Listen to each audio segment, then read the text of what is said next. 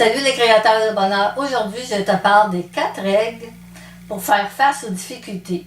Parce qu'essayer de les éviter, ça marche pas. Évidemment, j'ai gardé le meilleur pour la fin. Alors, je te conseille d'écouter jusqu'à la fin. Célébrez la vie. Soyez heureux et créez-vous une vie meilleure. Une vie qui correspond à vos désirs parce que vous le méritez vraiment.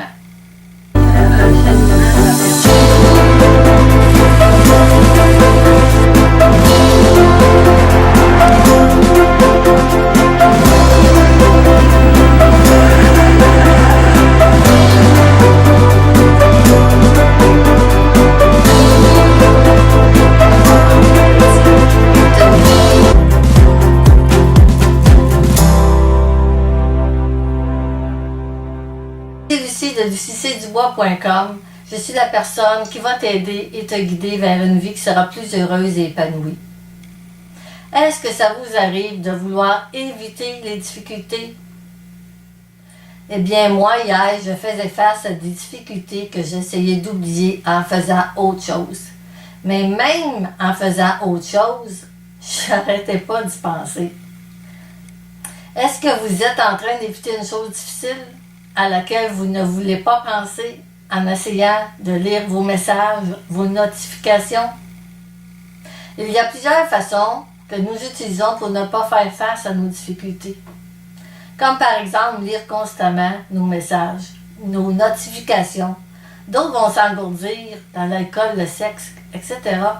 Ou faire comme moi, se concentrer sur une activité pour ne pas faire face aux difficultés. En fait, il y a tellement d'autres exemples que nous utilisons pour ne pas penser à nos problèmes. Nos esprits veulent échapper à tout inconfort, chagrin, difficulté que nous rencontrons. C'est une bonne stratégie pour éviter temporairement une difficulté ou un chagrin, ce qui nous donne un soulagement dans l'instant présent, mais qui est tout simplement temporaire. Ce qui se passe en réalité, c'est que nous passons notre temps à courir. Nous avons une vie de distraction sans jamais faire face à ce qui nous met à terre.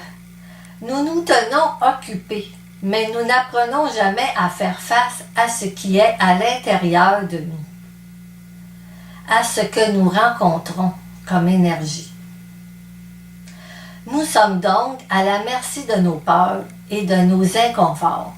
Nous sommes comme des enfants qui ne veulent pas faire leur devoir le soir, mais qui veulent un nouvel objet pour se distraire. Pendant ce temps-là, nous ne faisons pas le travail le plus important. Nous ne faisons que le remettre à plus tard. Et ça peut s'appliquer aussi aux choses simples dans notre vie que l'on repousse, comme se mettre en forme, manger mieux, payer nos comptes. En fin de compte, nous sommes obligés de faire face à ces choses parce qu'elles vont juste empirer ou qu'elles vont grossir. C'est préférable d'y faire face avant qu'elles ne prennent de l'ampleur. Alors voici la technique « Je fais face à tout » selon Léo Babauta qui a écrit l'article « The Face Everything Technique ». Cette technique se base sur l'idée qu'il est préférable de prendre conscience des choses et d'y faire face en adulte, au lieu de les fuir. Et si vous y faites face, alors elles ne prendront pas d'ampleur. La première chose qu'il conseille de faire, c'est de faire une prise de conscience en se posant la question suivante. Que suis-je en train de faire maintenant? Tout au long de la journée, posez-vous cette question. Que suis-je en train de faire maintenant? La réponse pourrait être « Je suis en train de manger des chips.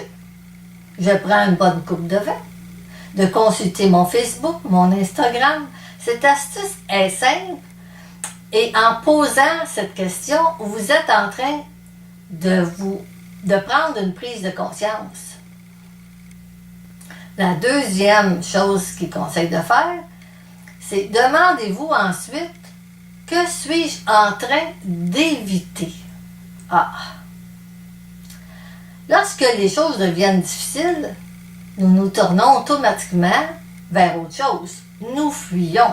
Nous nous comportons ainsi toute la journée, sans le réaliser. Troisièmement, y faire face maintenant. Soyez dans le moment présent.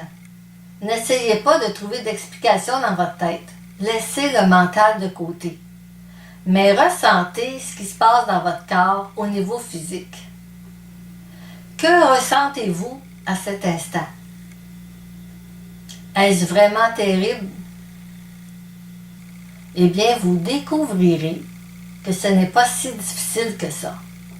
Gardez ce sentiment, cette émotion un peu plus longtemps. Et ensuite, mettez-vous au défi.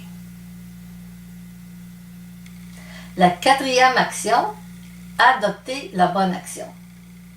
Maintenant que vous avez fait face et que vous avez vu que ce n'était pas si difficile que ça, si vous avez peur d'entreprendre une tâche, mais que vous y avez fait face et que vous avez remarqué que ce n'était pas si difficile que ça, rappelez-vous que c'est pour votre bien et celui des autres, ce qui est beaucoup plus important que votre petite peur.